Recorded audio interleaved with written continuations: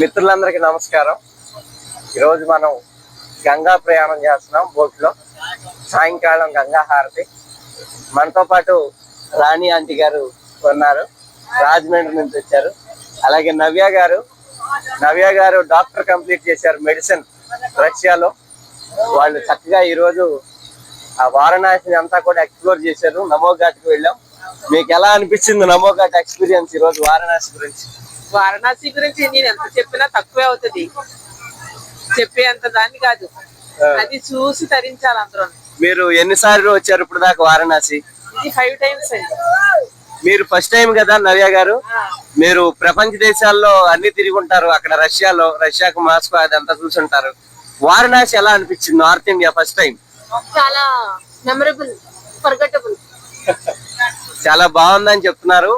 మిత్రులారా, మనకి గంగా ప్రయాణం ఇటువంటి బోట్ లో చెప్పాలంటే నిజంగా ఇదొక బ్లిస్ఫుల్ నేచర్ అని చెప్పొచ్చు.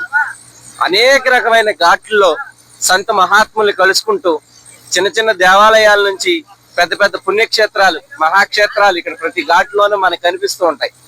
మహానుభావులు, అష్టసిద్ధులు సంపాదించినటువంటి యోగులు ఎంతో మంది, వాళ్ళందరూ ఒక్కసారన్నా కనిపిస్తారా అని తిరిగేటువంటి అఘోరాలు.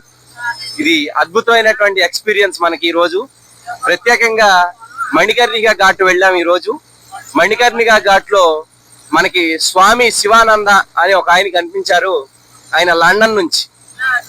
స్వామీజీ దాదాపు 30 సంవత్సరాల నుంచి వారణాసిలోనే ఉంటూ హిందీ, సంస్కృతం ఇత్యాది భాషలన్నీ నేర్చుకొని కశ్మీర్ శైవిజంలోని వామభాగాన్ని ఆయన అభ్యాసం చేస్తూ ఉన్నారు.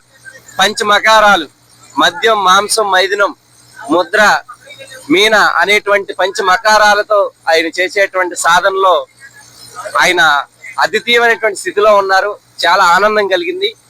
దాని తర్వాత ఆయన్ని మనం అడిగాం, స్వామీజీ మరి మాకు ఏదన్నా ఉపదేశించండి, మేము ఇలాగా యూనివర్సిటీలో చదువుకుంటున్నాం, మేము ఎంత చదివినప్పటికీ కూడా థియరిటికల్గా కానీ ఎక్స్పీరియన్స్ అవ్వట్లేదు స్వామి, ఏదో ఒకటి అద్వితీయమైనటువంటి శక్తి మట్టికి ఉండుంటది, లేకపోయినట్లయితే మనకు భగవద్గీత ఇత్యాది గ్రంథాల్లో ఆనందం గురించి చెప్పారు.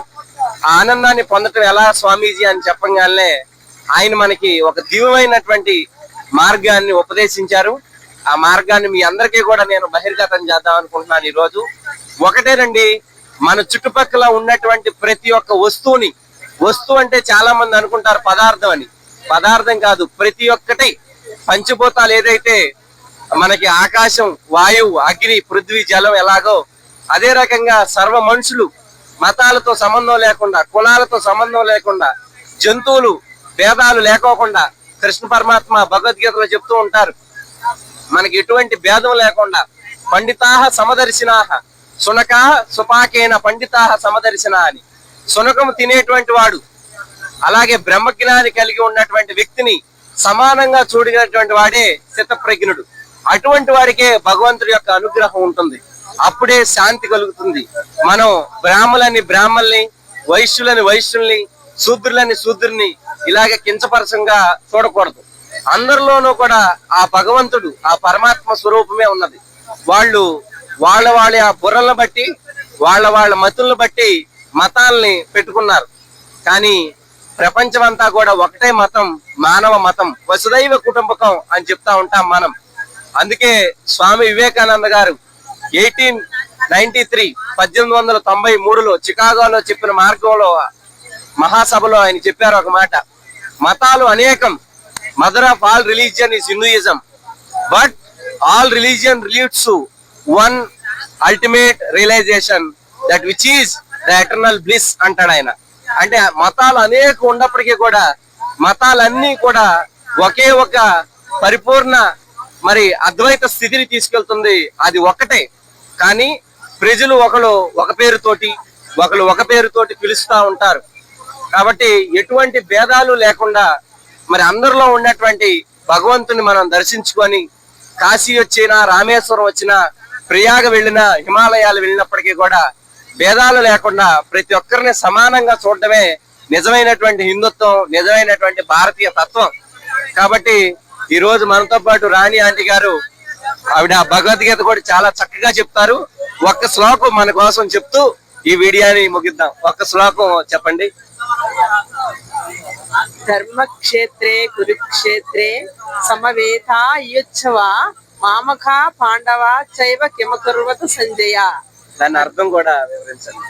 అర్జునుడు ధర్మము ధర్మాన్ని అధర్మాన్ని అసత్యాన్ని ఇవన్నీ కూడా సమవేతంగా చూడగలిగిన వాడు స్థితప్రజ్ఞుడు అని చెప్పబోతున్నాడు భగవద్గీతలో మొట్టమొదటి శ్లోకం మనకి చెప్పి ఉన్నారు.